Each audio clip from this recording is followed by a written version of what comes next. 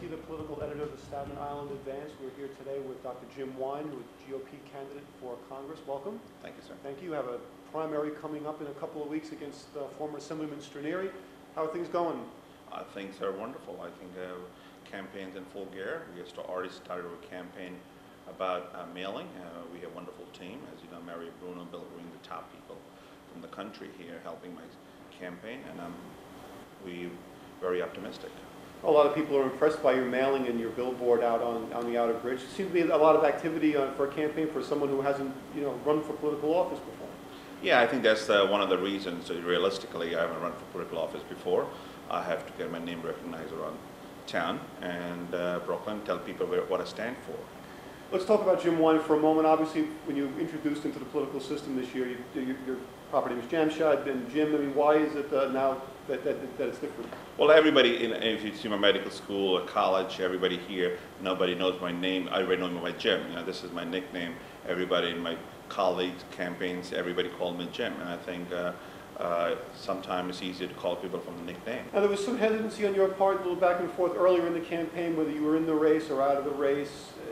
How do you assure voters that, obviously we're getting closer and closer to primary day, but you have never looked back since you've gotten into the race, right? No, I haven't looked back since I got in the race. The reason, as I told you before, there were hesitancy with my family. My family didn't want me to stay on Staten Island, so I wanted to keep my practice here on Staten Island. My wife did not want me to go to Washington. She wanted me to run for the local office, the mayor's office, borough president office coming up. She said, you want to run for borough president, But I think ultimately we decided this is the right thing for people of Staten Island, my needs and everything. I did what's best for people of Staten Island. Well, obviously as a physician, you can speak to one of the main issues, I guess, across the country, but also, in this district, and that's health care and its effect on the economy, obviously. I mean, what is it about the healthcare system in America that's not working, and what is maybe one thing that if you were given total freedom to fix in that system that you would do?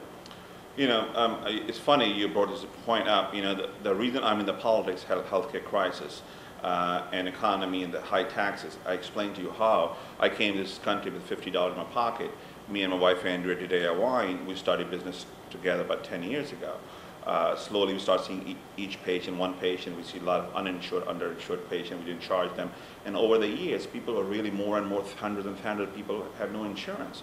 And that's why we came in. We opened 2 free community cardiac care center and 1 pediatric center and 1 medical center free. People over 35,000 uninsured people at Staten Island.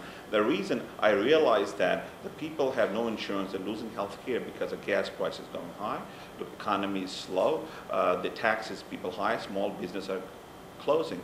And few of my patients, they make 40, 50,000 middle class American people, they can close their business or they can have insurance. And hard times for Republicans all over the country, it seems like, never mind what happened in this district with Congressman Fasella, but statewide with the state Senate in doubt and the White House open and more House seats being lost. How do you tell voters on Staten Island, even if they are Republican-leaning voters, that we should continue with Republican policies? Why should voters continue with Republican policies?